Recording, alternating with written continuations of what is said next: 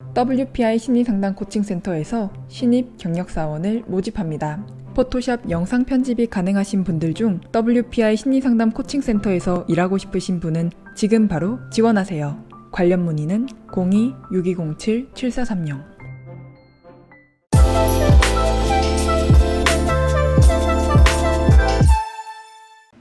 안녕하세요. 황상민의 심리상담소 황상민TV 시작하겠습니다. 7살 아들이 ADHD? 양육 스킬 좀 전수해주세요. 얼마 전에도 저 상담실에 초등학교 1학년인데 학교에서 정서행동 특성검사를 받았는데 고위험군?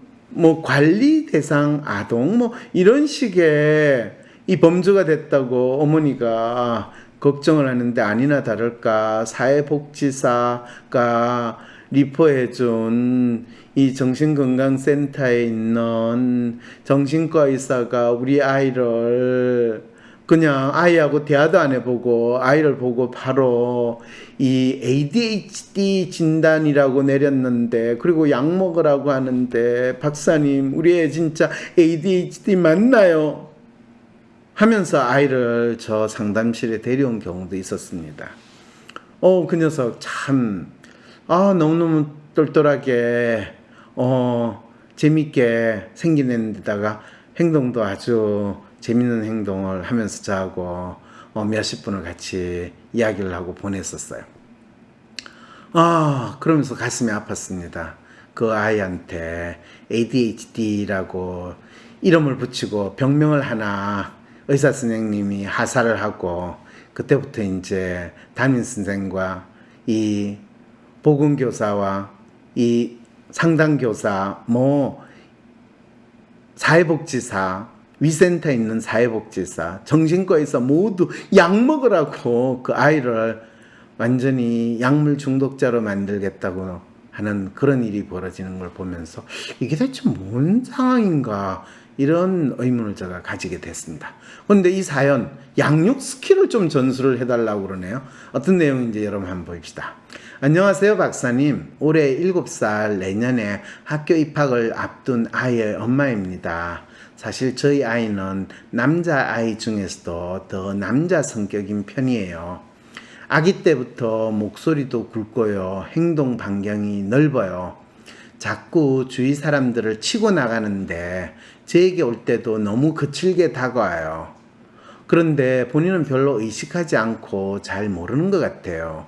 그리고 또래와 종종 트러블이 생기면 상황을 차분하게 파악하기보다는 굉장히 적극적이고 방어적이고 반응도 격해요.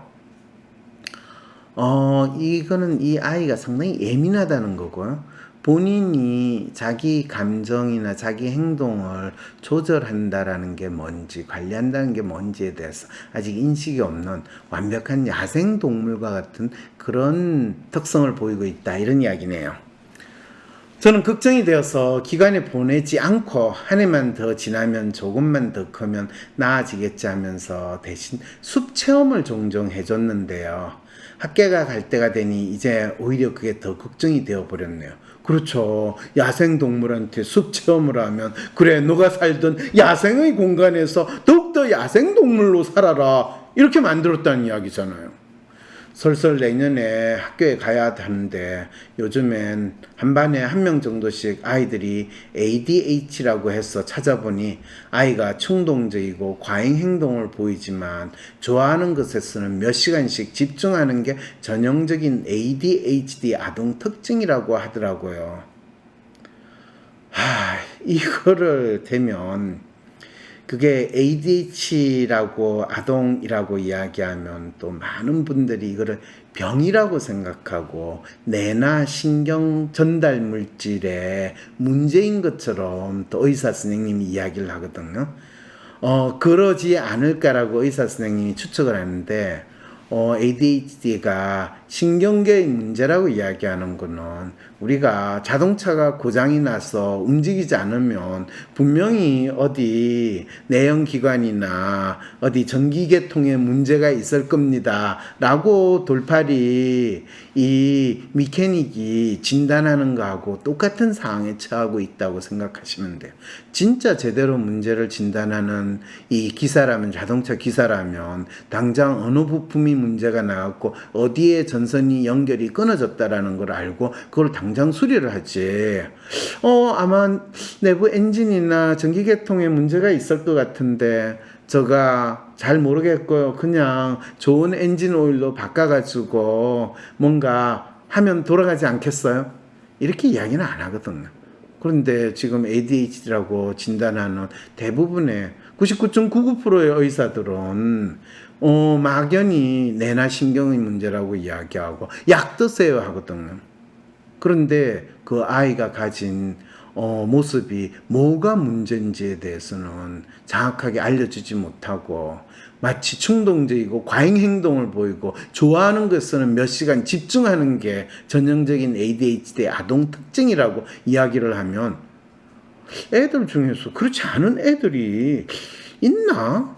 대부분 살아 움직이는 에너지가 충분한 애들은 이렇게 움직이다가 지가 진짜 관심 있는 게 몰입해서 하는 게 그게 정상적인 애지. 뭐 많은 애들은 공부에 시달리고 학원에 가고 힘이 없어서 귀찮아요. 아무것도 하기 싫어요.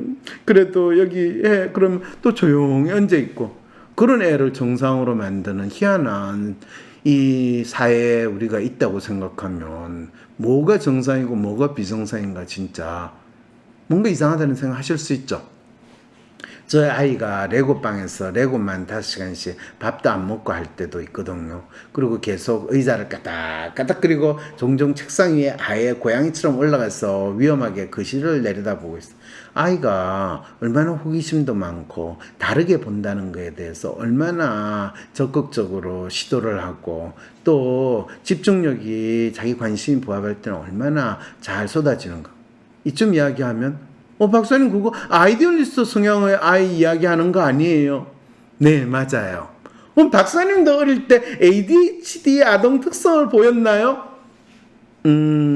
저희 부모님의 무관심에 의해서 다행스럽게 저는 그 병명을 하사받지 못했습니다. 그래서 지금까지 살아남을 수 있었어요. 이렇게 제가 이야기할 수 있게 되겠죠.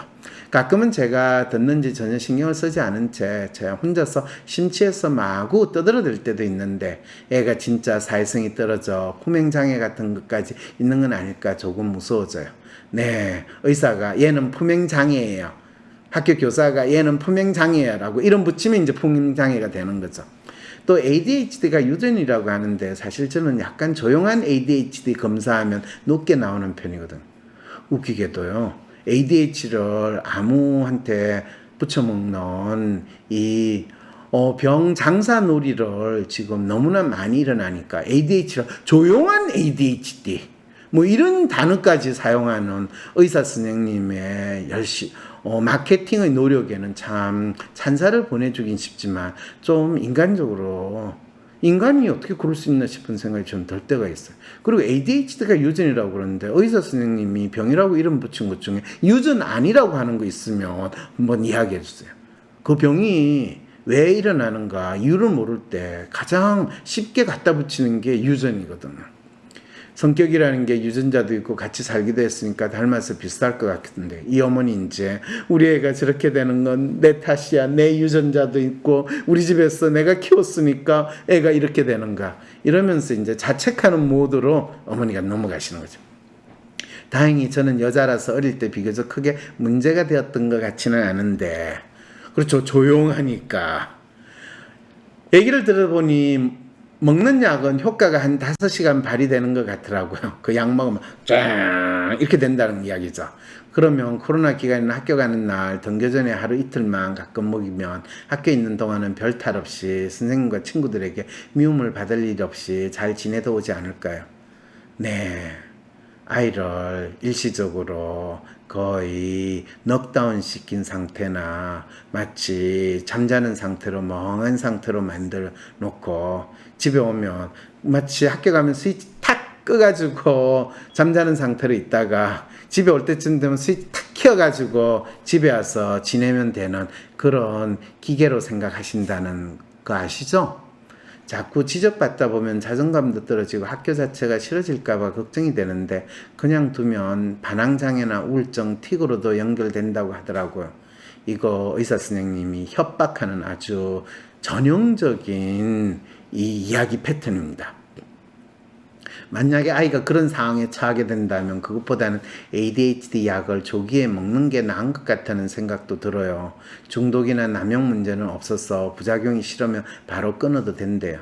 중독이나 남용 문제가 왜 없겠어요. 근데 의사 선생님은 항상 없고요. 부작용이 있더라도 싫으면 끊어도 된대요. 그러면 아이를 약을 먹여야 된다는 강한 지금 일념이잖아요. 차라리 아이가 좀 부산하게 있는 거를 선생님이 그냥 참고 뭐 각각 아이들이 떠드는 아이도 있고 앉아서 멍하게 있는 아이도 있고 각각 아이들이 각각 다르게 행동하는 다양한 아이들이 생기 있게 지내는 교실 이렇게 생각을 하면서 학교 교실 장면 교실 환경을 선생님이 운영하면 되지. 왜 모든 아이를 거의 약 먹어가지고 있거나 아니면 아무 생각 없이 이런 상황으로 있게 만드는 게 정상이라고 생각하세요? 이런 질문 좀 던지고 싶거든요. 그런데 그래도 박사님은 심리 전문가시니까 입학 전에 미리 여쭤보고 싶어서 이렇게 사연을 보내요. 혹시 약 말고 이런 활동적인 아들을 둔 엄마가 미리 알고 있으면 좋을 심리적 스킬 같은 게 있을까요? 예, 있습니다. 그런데 한 가지 분명하게 알려주셔야 될 건요. 아이한테 지금 집에서 생활하는 것과 학교를 가는 것은 엄청나게 다른 일이다라는 것을 미리 훈련을 시키듯이 알려줘야 됩니다. 예를 들면 어머니가 아이를 데리고 식당을 가게 되면 아이가 어떻게 행동하는지 한번 생각을 해보세요. 아이가 집에서처럼 부산하게 되어들고 막 큰 소리를 하고 하면 어머니는 그걸 내버려 두세요? 아니면 식당에 가기 전부터 너 식당에 가면 자리에 앉아있고 너 일어나면 엄마한테 꼭 이야기해야 되고 식당에서 큰 소리 내지 말고 이런 거를 훈련을 시키시나요? 꼭 시키셔야 돼요. 집에서 하는 행동이 식당이라는 다른 사람들이 있는 공간에 갔을 때는 달라야 된다는 거를 엄청나게 여러 번 강조를 하고 시키셔야 되고 그 행동을 만일 아이가 제대로 식당에서 안 하면 바로 그 아이를 데리고 집에 와서 아이를 그날 점심이나 저녁을 굶게 만들어야 된다라고 한다면 그걸 혹시 하실 수 있을까요? 그렇게 하면 아이의 행동이 식당에서 상당히 자제된 행동이 된다면 아니면 식당에 가면 아이한테 로고 박스를 하나 주고 구석에 딱 몰아놓고 그거 레고 하도록 한다든지 이런 방법을 쓰셔야 됩니다. 그리고 이제 아이가 학교를 가기 한 달 전부터 학교는 식당보다 더 너가 로봇처럼 네 행동을 조절해야 되는 무시무시한 공간이고 학교에는 선생님이라는 대마왕이 존재하기 때문에 그 대마왕의 신기를 거슬리는 일은 너는 곧 죽음에 가까울 수 있다라는 거를 아이에게 알려줘야 됩니다. 그렇지만 보통 네가 그 대마왕 앞에서 얌전히 있고 거의 움직이지 않고 대마왕의 이야기에 지시를 따르면 그 대마왕은 천사와 같은 사람으로 행동을 하지만 거기에서 조금이라도 벗어나면 너는 죽음에 이를지도 모른다라는 거를 어머니가 온갖 협박을 해가지고 어떤 분 있잖아요. 레이저 눈빛을 쏴대가지고 애를 꼼짝도 못하는 그분의 그 비법을 그대로 자녀분한테 알려주셔야 되는 겁니다. 제가 좀 미리 아이의 눈높이에 맞게 행동의 주의를 줄 수 있지 않을까 싶어요. 아니에요. 학교는 교사의 눈높이에 맞게 아이가 행동하라는 것을 미리 알려주는 것이 학교 가기 전에 한 달 동안 마치 군대에서 훈련시키는 것보다 더 어머님이 큰 마음으로 훈련을 시켜야 돼요. 네, ADHD 조기에 진단하기 위해 알아야 할 대표적인 정세 이러면서 이 내용이 있는데요. 사실은 이거는 이 아이 개개인의 특성에 대해서 조금도 이해하지 않고 아이가 보이는 이 어떻게 보면 조금 그 아이 나름대로의 특성을 병이라고 보고 싶어 하고 그걸 병이라는 이름을 붙인 채로 아이를 약물 중독자로 만들거나 약으로 인간의 행동을 통제하고자 하는 약에 의한 인간 신체를 통제하는 거를 마음을 통제한다고 믿고 싶어하는 의사 선생님의 사명감에서 아이의 이런 행동을 병이라고 정상이라고 보고 싶어하는 마음으로 정리된 내용이기 때문에 제가 읽고 싶지도 않습니다. 직속 후배랑 잘 지내고 싶은데 다가갈수록 부담스러워하는 것 같아. 어떻게 다가가는 게 좋을까? 열심히 해도 자꾸만 못마땅해하는 팀장님. 팀장님과 원만하게 지낼 수 있는 방법 없을까? 내 마음처럼 되지 않는 회사 내 대인관계. WPI를 알면 바뀐다. 9월 4일 WPI 초급과정 워크숍에서 WPI를 배우며 사람들의 성격 유형을 파악하고 대처하는 방법까지 알아보세요. 황성민 박사님과 WPI 상담 코칭 전문가 선생님들이 나의 성격을 살려 회사 내 관계에서 살아남는 비법을 알려줍니다. 온라인으로 진행되는 WPI 초급과정 워크숍을 통해 인생 고민 해결과 상담가의 길을 시작해보세요. 신청 문의는 위즈덤센터 평생교육원